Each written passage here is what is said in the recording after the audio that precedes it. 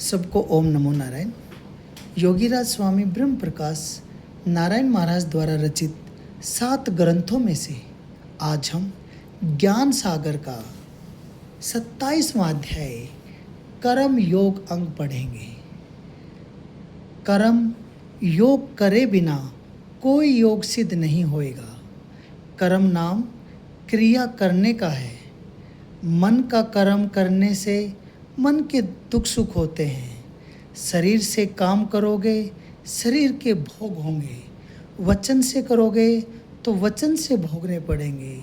इसीलिए सोच विचार कर बोलो, सोच विचार कर मन से तन से कर्म करो। करे बिना कोई फल नहीं होएगा। पुरुषार्थ मनुष्य को घेर कर शुभ अशुभ मार्ग में लाता है। अतः बुरे कर्म छोड़कर अच्छे कर्म करो। मन से सोचते हैं ये भी कर्म है। कोई मनुष्य देवता ऐसा नहीं है जो कर्म न करता हो। सब ही कर्म करते हैं। आत्मचितवन भी कर्म है। कर्म ही सच्चा देवता है। इसका आदर करो और जहाँ तक हो सके अपने कर्म न छोड़ो। भगवान ध्यान ज्ञान करने से मिलते हैं। भगवान दुनिया के भोग भी कर्म करने से मिलते हैं। अतः कर्म योग प्रधान है। जो मनुष्य कर्म योग छोड़ देता है उसका सब लोग त्याग कर देते हैं। कर्म योग से ध्रुव ने राज लिया। कर्म करके भगीरथ ने गंगा नदी खुदवाई। कर्म करके ऋषियों ने मुक्ति पाई। शुभ कर्म करके वाल्मीकि ने शुद्ध रामायण बनाई। कर्म करके कबीर ने ऊंचा पद पाया। कर्महीन को कुछ नहीं मिलता है। करे बगैर मुंह में रोटी भी नहीं जाती है।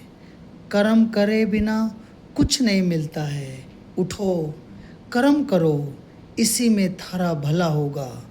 रोटी रोटी कहने से पेट नहीं भरता, खाने से भरता है। इसलिए कर्म करो। जो मनुष्य अपने कर्म को अदा करता है वह सच्चा भगत है। इसीलिए सब आस करते हैं, वह दर्शन करने योग्य है। कर्म योग से सब योग सिद्ध होते हैं। चित्त लगाकर काम करना कर्म योग कहलाता है। इसीलिए रात दिन काम करो। रात को भगवान का ध्यान करो और दिन में पेट पूजा करो। दूसरों का भला करो, ठाली न रहो। मन दौड़ता है, पता नहीं कहाँ ले जाएगा। इससे कर्म करके बचो। यह कर्म योग है। ओम शांति शांति शांति।